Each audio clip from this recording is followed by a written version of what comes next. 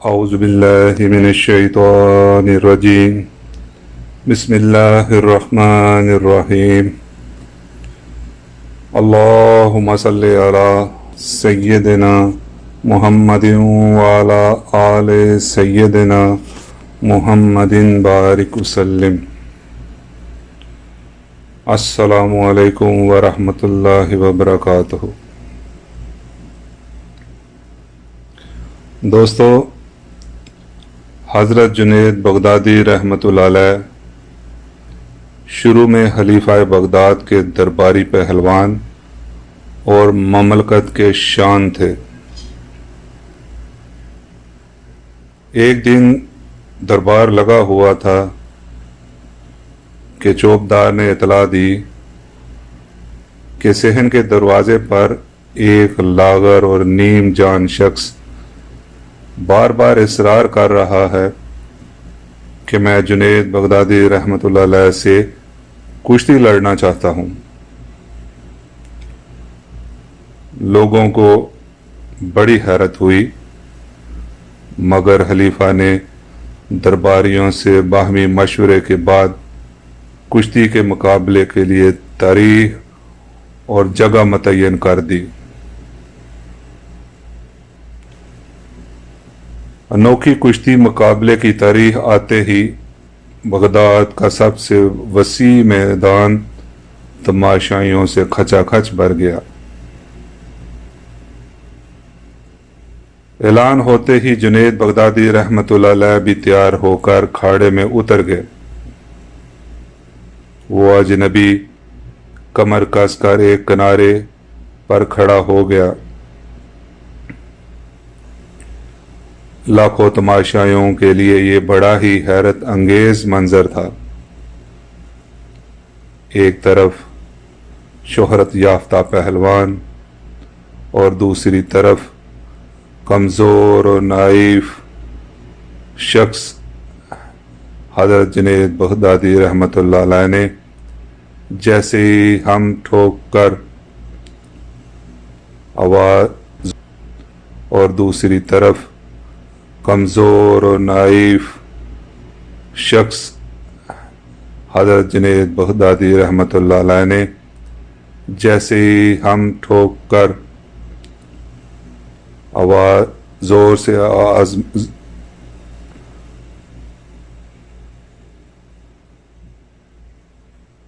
جیسے ہی ہم ٹھوک کر زور آزمائی کے لیے پنجہ بڑھایا تو اجنبی شخص نے دبی ہوئی زبان سے کہا کہ میرے پاس آئیے، میں آپ سے کچھ کہنا چاہتا ہوں۔ اس آواز میں کیا سحر تھا کہ سنتے ہی جنید بغدادی رحمۃ اللہ علیہ پر ایک سکتہ سا طاری ہو گیا۔ کان قریب لاتے ہوئے فرمایا، بولیے، کیا کہنا چاہتے ہیں؟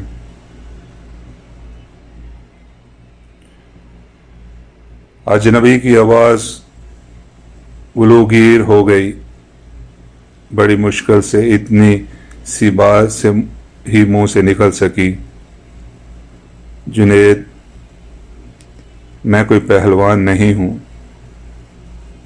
میں زمانے کا ستایا ہوا ہوں، ایک آل رسول صلی اللہ علیہ وآلہ وسلم ہوں، سیدہ فاطمۃ الزہرا رضی اللہ تعالی عنہ کا ایک چھوٹا سا کنبہ کئی ہفتے سے جنگل میں پڑا ہوا ہے اور فاقوں سے نیم جان چھوٹے چھوٹے بچے بھوک کی شدت سے بے حال ہو گئے ہیں۔ ہر روز صبح کو یہ کہہ کر شہر آتا ہوں کہ شام تک کوئی انتظام کر کے واپس لوٹوں گا،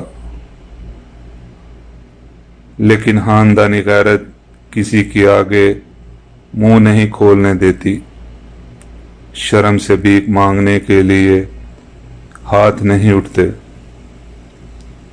میں نے تمہیں صرف اس امید پر چیلنج دیا تھا کہ آل رسول صلی اللہ علیہ وآلہ وسلم کی جو عقیدت تمہارے دل میں ہے آج اس کی آبرو رکھ لو۔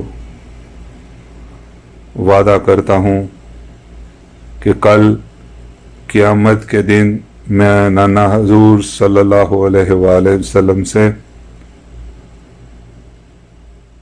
کہہ کر تمہارے سر پر فتح کی دستار بندھواؤں گا۔ اجنبی شخص کے یہ چند جملے نشتر کی طرح جنید بغدادی رحمۃ اللہ علیہ کے جگر میں پوست ہو گئے، بلکہ آنسوؤں کے طوفان سے چھل اٹھی۔ عالمگیر شہرت اور نموز کی پامالی کے لیے دل کی پیشکش میں ایک لمحے کی بھی تہی نہیں ہوئی۔ بڑی مشکل سے جنید بغدادی رحمۃ اللہ علیہ نے جذبات پر قابو پاتے ہوئے کہا، تاجدار، میری عزت و ناموس کا اس سے بہترین مصرف اور کیا ہو سکتا ہے کہ اسے تمہارے قدموں کی اڑتی ہوئی خاک پر نثار کر دوں۔ اتنا کہنے کے بعد جنید بغدادی رحمۃ اللہ علیہ نے ہم ٹھوک کر للکارتے ہوئے آگے بڑھے اور سچ مچ کشتی کرنے کے انداز میں تھوڑی دیر پینترا بدلتے رہے، لیکن دوسرے ہی لمحے جنید بغدادی رحمۃ اللہ علیہ چاروں شانے چت تھے اور سینے پر سیدۃ فاطمہ الزہرا رضی اللہ تعالی عنہ کا ایک نحیف و ناتواں شہزادہ فتح کا پرچم لہلا رہا تھا۔ ایک لمحے کے لیے سارے مجمع پر سکتے سی کیفیت طاری ہو گئی۔ حیرت کا تسلم ٹوٹتا ہی مجمع نے نحیف و ناتواں سید کو گود میں اٹھا لیا اور ہر طرف سے انعام و اکرام کی بارش ہو رہی تھی۔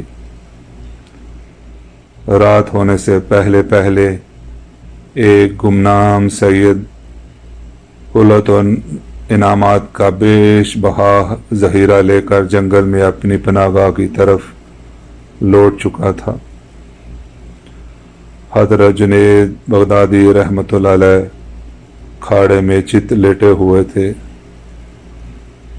اب کسی کو کوئی ہمدردی ان کی ذات سے نہیں رہ گئی تھی۔ آج کی شکست کی ذلتوں کا سرور ان کی روح پر ایک خمار کی طرح چھا گیا تھا۔ عشاء کی نماز سے فارغ ہونے کے بعد جنید بغدادی رحمۃ اللہ علیہ جب اپنے بستر پر سو لیٹے تو بار بار کان میں یہی الفاظ گونج رہے تھے کہ میں وعدہ کرتا ہوں کہ کل قیامت میں نانا جان سے کہہ کر تمہارے سر پر فتح کی دستار بندھواؤں گا۔ دستار ولایت کیا سچ مچ ایسا ہی ہوتا ہے؟ کیا میری قسمت کا ستارہ یک بہ یک اتنی بلندی پر پہنچ جائے گا کہ نبی کریم صلی اللہ علیہ وآلہ وسلم کے نورانی ہاتھوں کی برکتیں میری پیشانی کو چھو لیں گی؟ اپنی طرف دیکھتا ہوں تو کسی طرح اپنے آپ کو اس اعزاز کے قابل نہیں پاتا۔ اب جب تک زندہ رہوں گا قیامت کے لیے ایک ایک دن گنتا رہوں گا۔ یہ سوچتے سوچتے حضرت جنید بغدادی رحمۃ اللہ علیہ کی آنکھ لگ گئی اور ان کی سوئی ہوئی قسمت انگڑائی لے کر جاگ اٹھی۔ سامنے شہد سے زیادہ میٹھے آقا صلی اللہ علیہ وآلہ وسلم کو مسکراتے ہوئے دیکھا۔ نبی کریم صلی اللہ علیہ وآلہ وسلم نے فرمایا، جنید اٹھو، قیامت سے پہلے اپنے نصیب کی سرفرازیوں کا نظارہ کر لو۔